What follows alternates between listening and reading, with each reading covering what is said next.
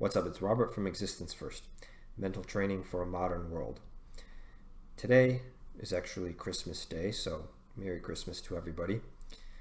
I had a lot of very positive conversations today with family members. Lots of feelings of warmth, lots of feelings of gratitude, and it got me thinking. It got me wondering if the human eye could see that energy, the energy of gratitude, the energy of warmth, the emotional energy, what would that look like? And it might sound like a strange question, but you have to remember this mechanism here, this organ, receives light energy. And so it's an organ to perceive energy. It's just that we typically call that energy light.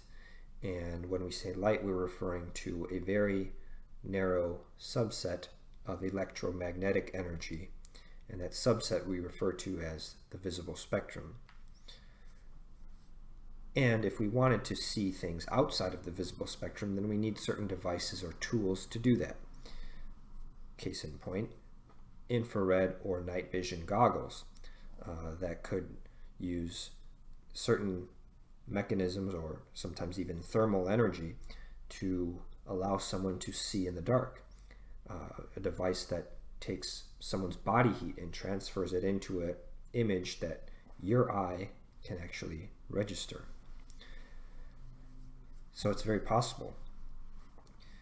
On a similar note, I've been watching episodes of The Voice lately.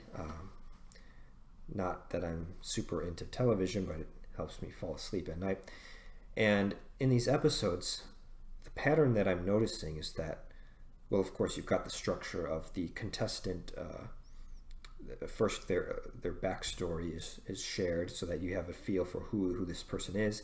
Then they do their audition, and then the judges say yes or no, and their reasons why. Now, in the first part, which is the backstory of the contestant, what I'm looking for is this pattern, because I noticed that some of the contestants appear to have more of a seeking energy, and some are more of an expressive energy. And what do I mean by that? A seeking energy would be somebody who says statements like, and I just struggled my whole life, and to have a chair turn around for me and one of the judges vote yes, that would tell me that I'm just, everything was worth it. And it's just this sort of, it's an energy of seeking something, right? Not necessarily validation, maybe validation, but just seeking something.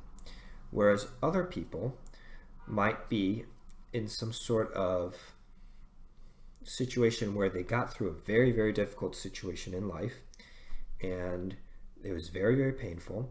They might say something like, my parents divorcing was one of the hardest things I ever had to get through, and there was so much pain, and my only outlet was singing, and singing is the only way that I can express fully all of the pain that I went through, and singing just means a lot to me. And what you notice about that person's explanation is that it has nothing to do about the judges and their decision and what it would mean for them and how they're hoping for a certain answer, that they're hoping for a yes from the judges. None of that is even mentioned. It's just strictly, this is what I do, this is how I express myself, and here I am to, boom, express myself. I get in the zone when I do this activity. And it's just a very, very different energy. I have a theory or a hypothesis. I would have to gather some data to see if my hypothesis is supported or not. But my hypothesis is that the judges are more likely to vote yes on a person who is giving off expressive energy versus seeking energy. I've already noticed a couple cases where the seekers were voted no to, and yes, of course, their singing quality was, also clearly not up to par, but it's nonetheless something that can still be tested. The point, though, from saying all of this is that what if we could actually see that energy? What if we can actually see the seeking energy versus the expressive energy? What would that look like? What if we had certain goggles that we could put on and we could kind of see a person's intentions or the place that they're coming from, right? They could be coming from a place of pure expression, or they could be coming from a place of, I just really, everybody in my life told me no, and I just want to have one of these judges prove them wrong by giving me a yes. And it's a totally different energy. It's a totally different place that they're coming from. So to wrap up, there are a lot of positive feelings associated with the holidays, and I think that's great. I think that's great for the human species. I think that's great for the planet, for all of our vibrations to raise just a little bit. What I'd like to do is better understand how those vibrations work, what they look like, so that we can keep this up year-round. Okay? I guess that's what's meant by the Christmas spirit. Okay? So let's quantify it. Let's make it happen. Think deeply and put your existence first.